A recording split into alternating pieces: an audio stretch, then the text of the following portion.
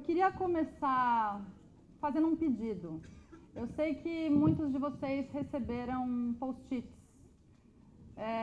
Para quem recebeu, usem, é agora a hora. Para quem não recebeu, eu vou pedir que anote aí num cantinho, numa página, numa folha, num caderno, que escreva a palavra palavra. Bem simples.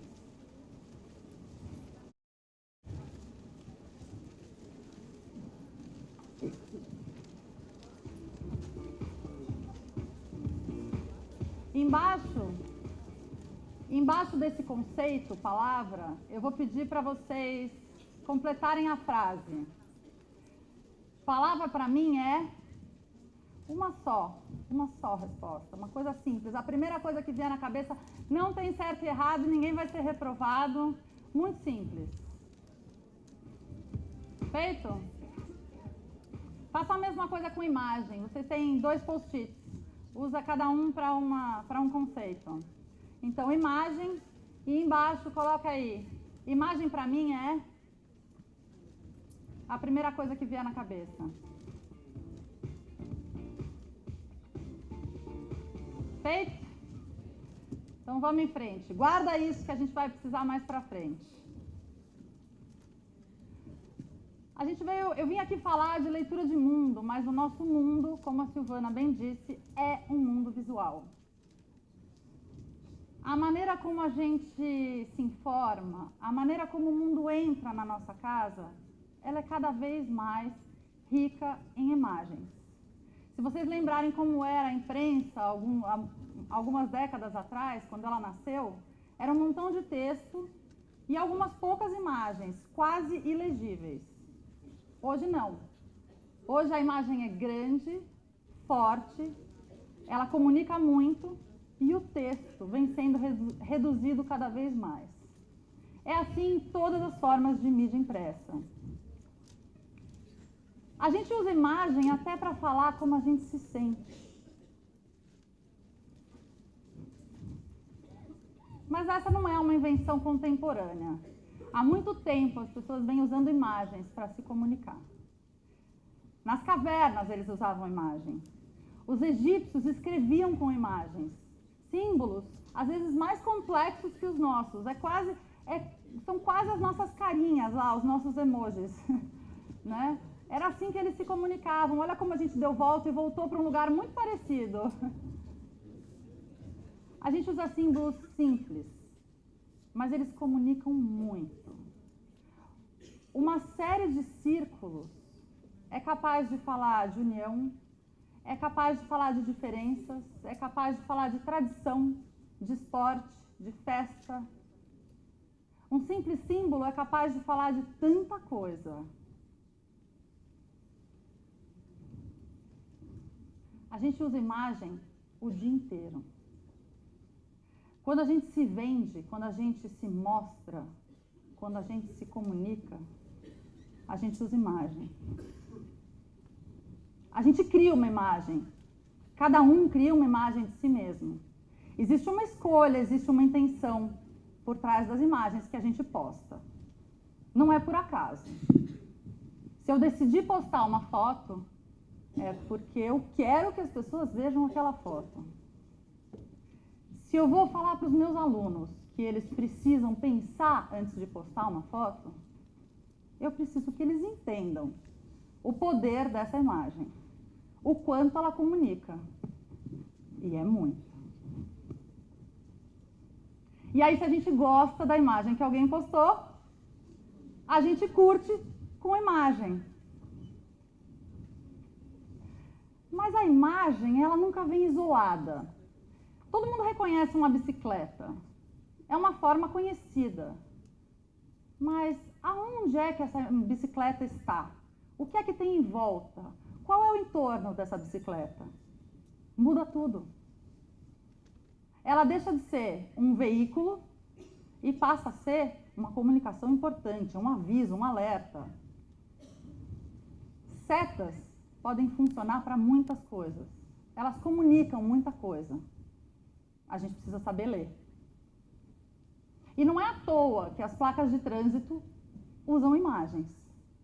elas são fortes, elas comunicam muito, de uma forma muito simples, muito imediata. Mas, gente, será que é só nas formas impressas de comunicação que a imagem aparece? Como é que a gente se relaciona um com o outro? Eu gosto muito de uma cena que é do aluno, aquele aluno espiritado, tagarela, aquele que fala sem parar. Um dia ele chega do recreio e ele chega quietinho, amuado, cabeça baixa, o ombro caído. Aí a gente, treinado, dentro de sala de aula, reconhece que tem alguma coisa estranha.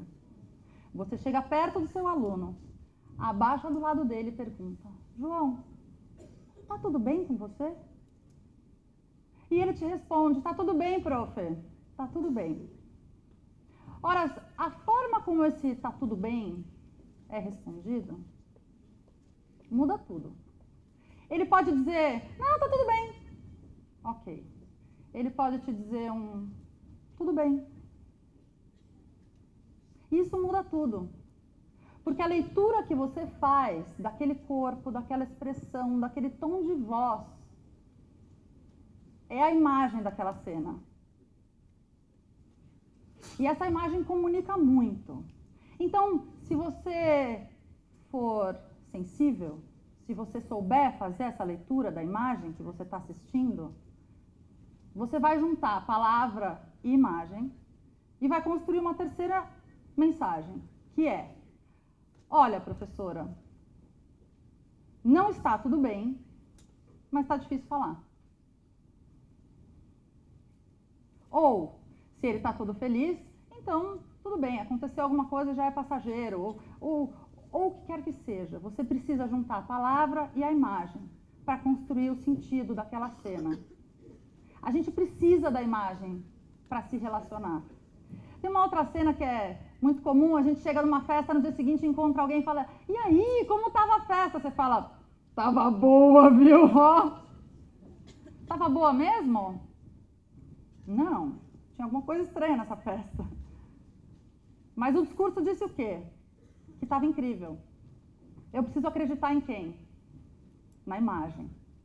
Eu preciso juntar as duas linguagens, combinar isso tudo e criar uma terceira coisa, que é a mensagem de fato que está sendo transmitida. Por isso, palavra e imagem caminham sempre juntas. Caminham juntas na literatura, caminham juntas na imprensa, caminham juntas nas relações humanas. Quando a gente fala de inteligência emocional, a inteligência emocional passa por isso. E achei muito bom falar logo depois dessa fala bonita sobre inteligência emocional. Como é que a gente vai ter inteligência emocional se a gente não conseguir ler a classe? Se a gente não conseguir, de fato, enxergar o que está sendo mostrado ali? Na expressão de cada pai quando ele vem entregar o filho.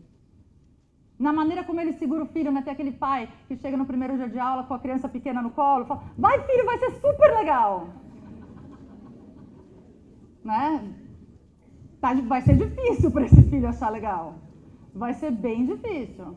Mas a gente precisa ler isso. E entender que, olha, tá difícil para esse pai, eu vou ter que dar uma força não só para o aluno, mas para a família toda.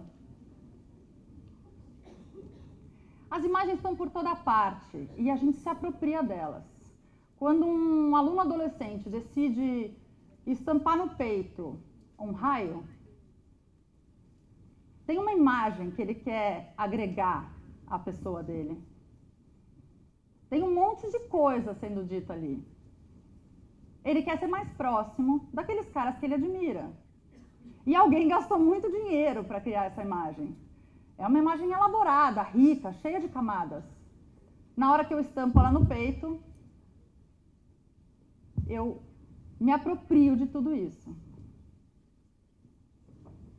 E isso é valor. É isso também que faz uma maçã ser uma fruta, uma cor, um sabor, um pecado ou inovação, tecnologia, design. Alguém criou essa marca. Alguém se esforçou muito para criar uma imagem para ela. Para que ela deixe de ser uma simples forma de maçã, para que ela deixe de ser uma fruta e passe a ser tudo isso que a Apple representa. É imagem. E não é coisa para criança. É coisa para qualquer um. Não é bobinho só porque é ilustração. Não é ingênuo só porque é figurinha. É imagem. Mas tem muita coisa sendo dita aqui. Então é assim que a gente funciona. A gente ouve um tanto, a gente vê um tanto, e é quando a gente junta tudo isso que a gente se relaciona com esse mundo. É só assim que funciona, não dá para ser diferente. Mas onde é que está o nó? Qual é a grande questão aí? Eu vou perguntar, pergunta fácil. Quem desenhava quando era criança? Então, se eu pedir para todo mundo agora fazer um desenho, tá fácil. Todo mundo sabe desenhar, todo mundo vai continuar desenhando. Eu vi várias cabeças assim. E aí tem aquela resposta que vem, não, eu não sei desenhar. Né? Quantos de nós já dissemos essa frase? E aí a questão é, a gente já soube desenhar. A gente já desenhou muito. A gente já sentiu prazer em desenhar. Mais ainda, a gente usava o desenho para se comunicar. Então, o que aconteceu? Onde é que está o nó desse caminho? Onde é que tudo mudou? A resposta, provavelmente, está no processo de alfabetização. A criança, quando é pequena, vamos pensar no Dia das Mães, aquele tradicional cartão do Dia das Mães.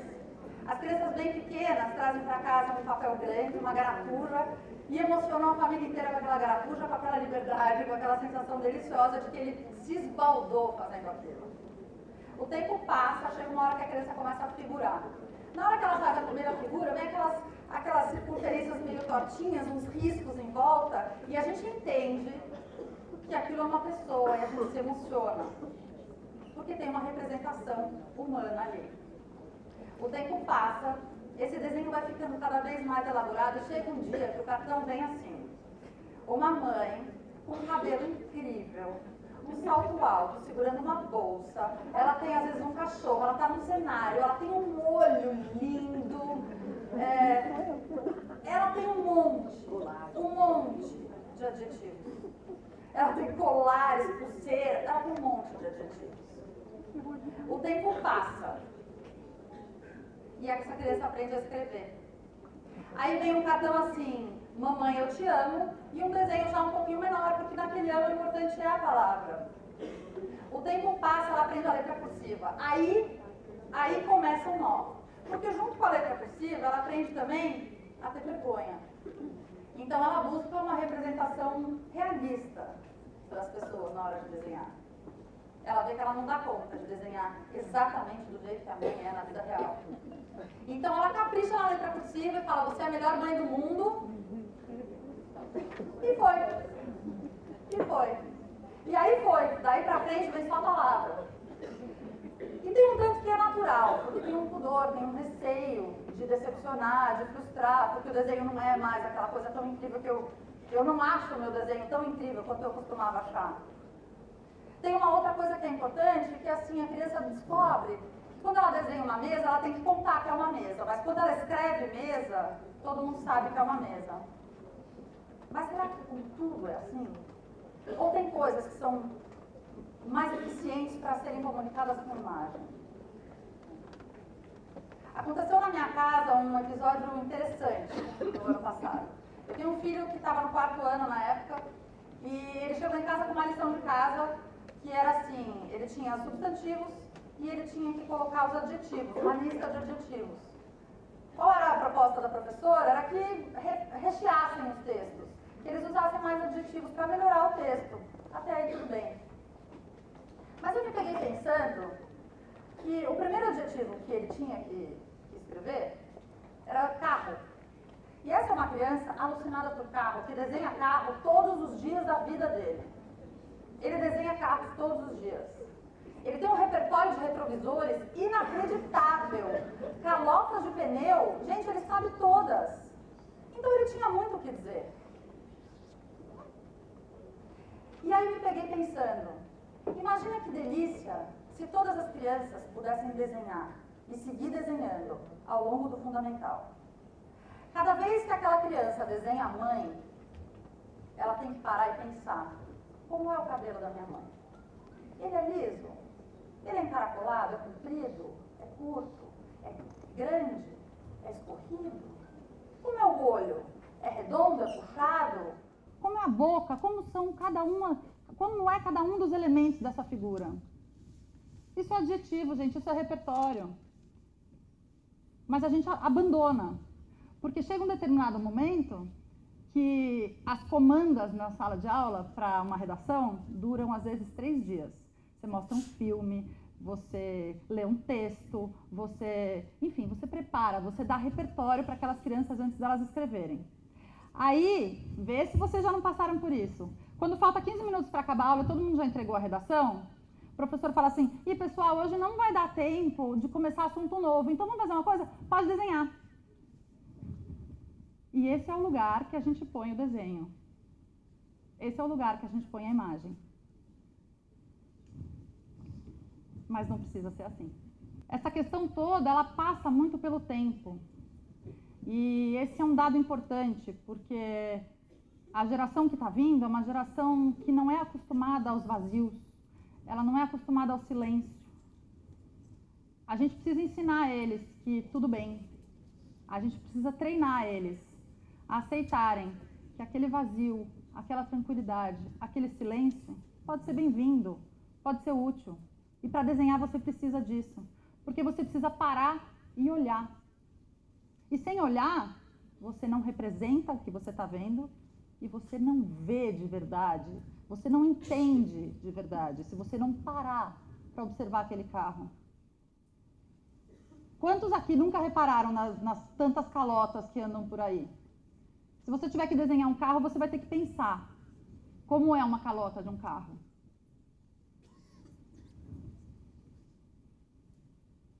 E essa é uma questão que fica, porque o tempo tem que ser diferente, o tempo é diferente. O tempo da imagem, ele não é o mesmo da palavra. Ele exige treino, e a gente esquece de fazer isso. É por isso que quando a gente fala de leitura de mundo, não dá para não pensar em letramento visual. A gente alfabetiza e o processo de alfabetização hoje, ele é muito trabalhoso para o professor. Ele é lindo, mas ele exige muito do professor dentro da sala de aula, porque cada um é visto como um indivíduo e tem que ser assim, e é assim que é para ser, mas precisa sobrar tempo para alfabetizar também para a leitura de imagens. A gente precisa pensar nisso. Na hora de fazer um mural, na hora de preparar uma apresentação, na comanda que a gente vai dar quando eles forem fazer algum tipo de representação gráfica.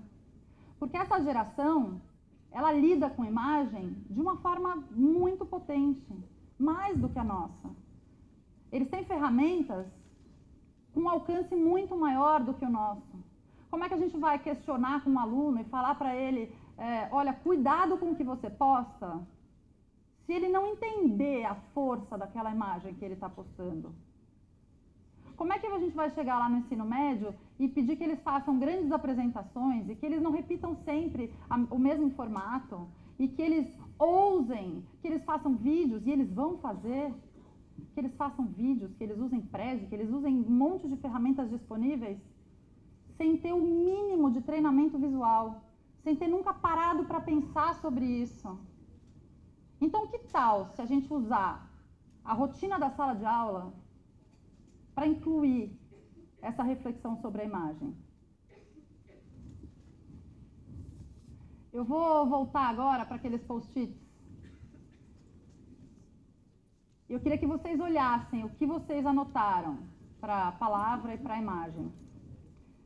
Eu posso apostar que tanto vocês quanto os vizinhos associaram palavra a alguma forma de comunicação e imagem a alguma forma de arte ou de criatividade. É ou não é? Então faz uma coisa. Pega a caneta e risca a palavra e risca a imagem.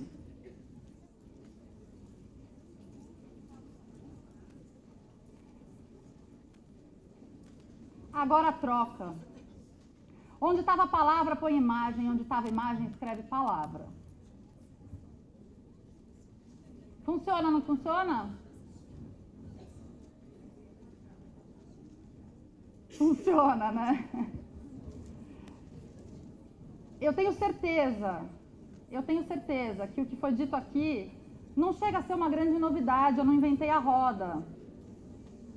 A questão é que enquanto cada um de vocês não acreditar de fato na potência da imagem como forma de comunicação, o exemplo ou a imagem vai dizer mais que o discurso, a palavra. E nada que vocês digam, nada vai transmitir para os seus alunos a importância da imagem se o exemplo de vocês não for correspondente a isso. Então, tem que partir de cada um, para que vocês mexam lá dentro, nesses conceitos tão antigos, tão travadinhos, tão já sedimentados. A gente precisa mudar essa mentalidade. Senão, vai chegar daqui a uns anos, e se vocês perguntarem para os alunos de vocês que desenham tanto, eles vão dar a mesma resposta. Eu não sei desenhar. Só que se ele não souber desenhar nem para se comunicar, para fazer uma anotação, desenhar um mapa, vai ficar difícil nesse mundo. Porque ele também não vai conseguir julgar o que ele está vendo, analisar e refletir o que ele está vendo e o que ele está apresentando para o mundo. Ele não vai entender que ele é uma imagem e que ele tem escolhas a fazer. Se ele quiser se relacionar bem com esse mundo, ele precisa de imagem. Eu sou autora e ilustradora de literatura infanto-juvenil. E desse trabalho de combinar palavras e imagens, tirando da palavra aquilo que a imagem dá e vice-versa, eu descobri a potência da literatura ilustrada. E trabalhando em sala de aula como professora, eu descobri também como é difícil passar uma coisa que é feita para você ler sozinho, quieto, para um grupo grande. Como é difícil fazer essa leitura desses livros. Como é difícil para as pessoas trabalharem isso dentro de sala de aula. Como é difícil incorporar a imagem num ambiente que não está acostumado a ela. Então eu passei a fazer formação de professores para a leitura desses livros. E eu termino esse encontro com mais um pedido. Estou pidona hoje. Com mais um pedido. Eu queria que vocês, na próxima vez que forem ler um livro ilustrado, que vocês dessem uma chance para ele. Que vocês se entregassem a essa experiência de fato. Para que possam ver quantas camadas, quantas metáforas, quantas figuras de linguagem, quanta potência tem ali sendo comunicada. Eu tenho certeza que vocês vão se surpreender e vão perceber que essa literatura ilustrada, dita infantil, ela é muito mais complexa e ela tem muito mais camadas do que a gente costuma ver. Eu termino agradecendo muito a oportunidade de estar aqui e lembrando vocês que o nosso mundo é visual, depende da gente, para que os nossos alunos consigam ler as imagens que estão à volta deles. Obrigada.